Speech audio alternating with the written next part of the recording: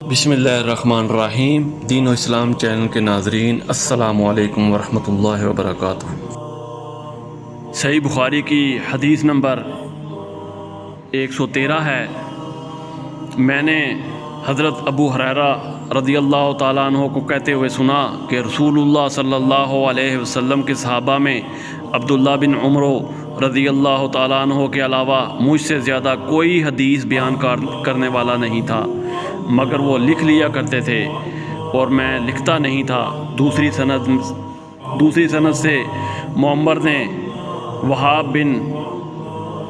بن منبع کی مطابقت کی، وہ حمام سے روایت کرتے ہیں اور وہ حضرت ابو ہریرہ رضی اللہ تعالیٰ عنہ سے۔ اسی طرح صحیح بخاری کی حدیث نمبر 114 ہے۔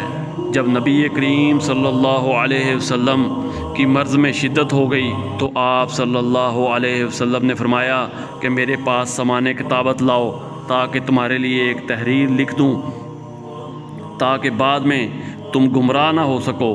اس پر حضرت عمر رضی اللہ تعالیٰ عنہ نے لوگوں سے کہا کہ اس وقت آپ صلی اللہ علیہ وسلم پر تکلیف کا غلبہ ہے اور ہمارے پاس اللہ کی کتاب قرآن موجود ہے جو ہمیں ہدایت کے لیے کافی ہے۔